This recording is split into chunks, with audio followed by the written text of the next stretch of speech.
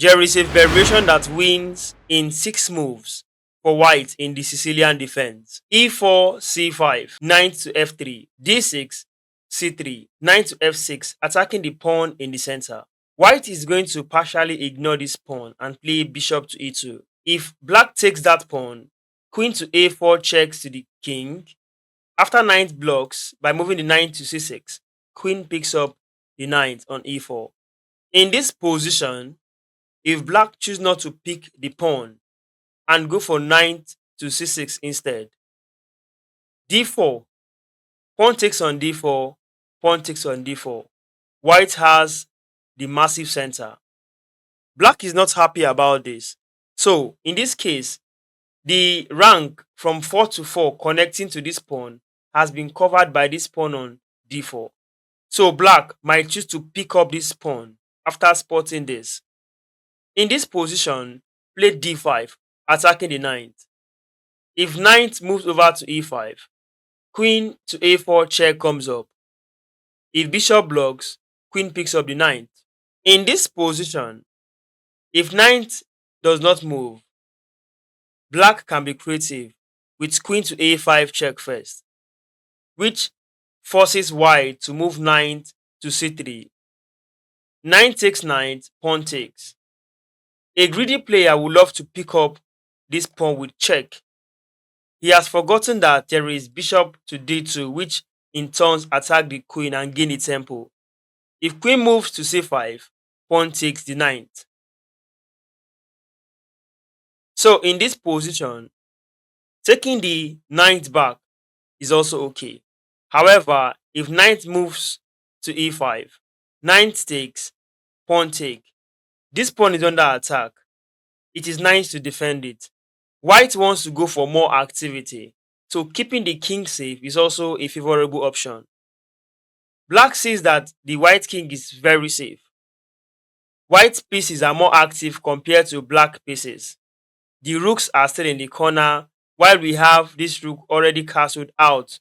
In some moves, this rook will come into E file, this rook will come into B file. The bishop is active and this bishop is also active. Compare them to black bishop, very inactive.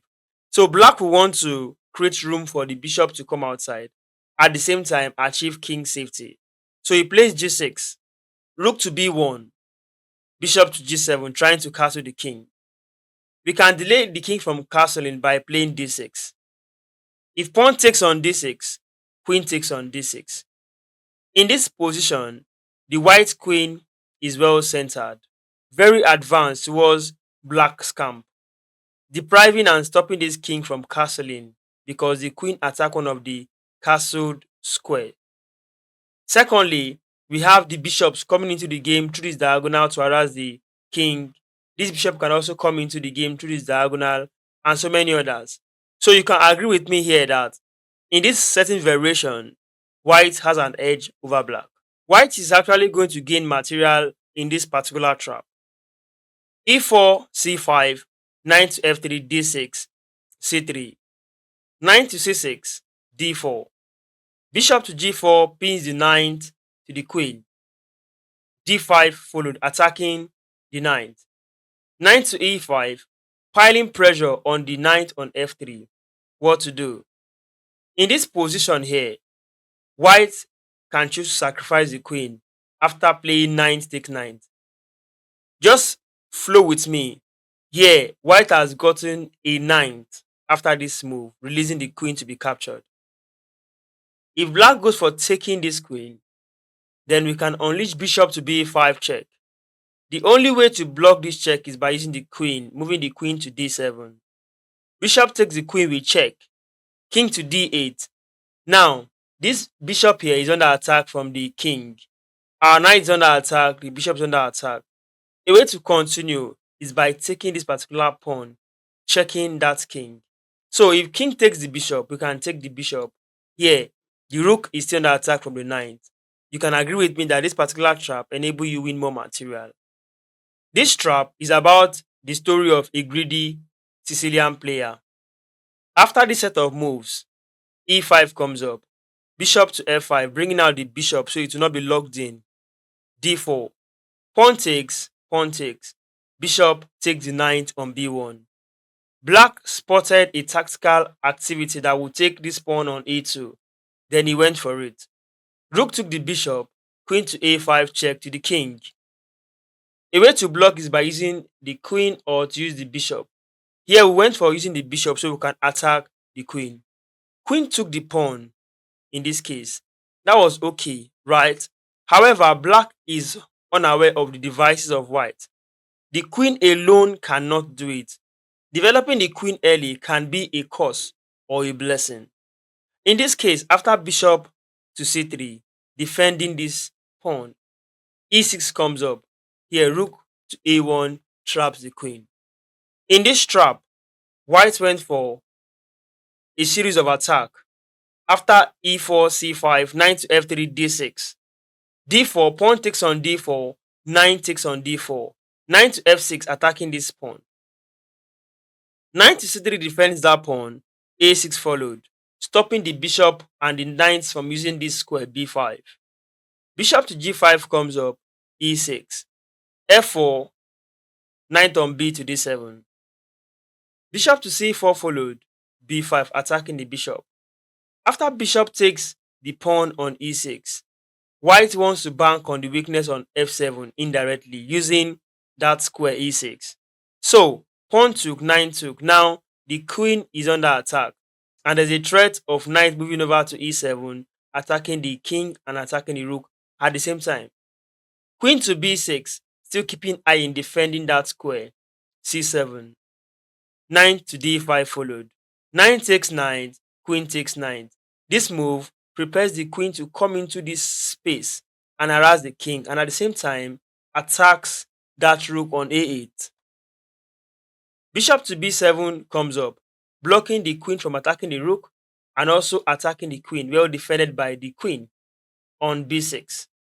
Knight to c7 comes up with check, a clearance sacrifice, creating room for the queen to come in and cause havoc. Here, the only move is to capture this knight because the king cannot go left, the king cannot go right. The king is stuck in the center. Queen took the knight, queen storming to e6 with check to the king. The only move, bishop blocking, and now queen takes bishop is checkmate. This particular trap is centered towards the weakness on f7, how white can sacrifice the bishop and gain the queen. Let's check it out. e4, c5, d4, pawn takes on d4, c3. Pawn takes on c3, knight takes on c3, knight to c6. We've just played the Gambit style, giving up pawns for activities. Knight to f3, d6. Bishop to c4, knight to f6. After e5, knight takes the pawn on e5. Knight takes on e5. If black ignores taking that knight, he's going to lose material. In fact, white is threatening checkmate if black chooses not to take this particular knight. Here, black took the knight, thinking queen will take queen instead. However, there is an awesome bishop sacrifice by taking that pawn on f7. King has to take on defending the queen. So queen takes queen is winning for white. This trap is also centered towards weakness on f7, how the bishop can be sacrificed and gain more activities towards winning against black. So e4, c5, d4 followed, pawn takes on d4, c3. Pawn takes on c3, knight takes on c3, knight to c6. After knight to f3, g6 followed. Bishop to c4, knight to a5, attacking the bishop. In this case, sacrifice the bishop on f7 with check. King takes, we can play queen to d4, trying to take this rook on this diagonal. If black goes for a defense like this, it might be cool. However, the plan is to pick up this queen. Check this out. Bishop to g7 comes up, a counter attack to the queen and defending that rook. Well, knight to g5 check comes up. After the king goes back to f8, knight hops to e6, we check. If pawn takes, queen takes queen, and we are winning from here. After the king move, queen takes the knight. Thank you for watching this video. If you've enjoyed it, do not forget to subscribe to my channel for more. Like this video and share to your friends. See you in more videos on this channel.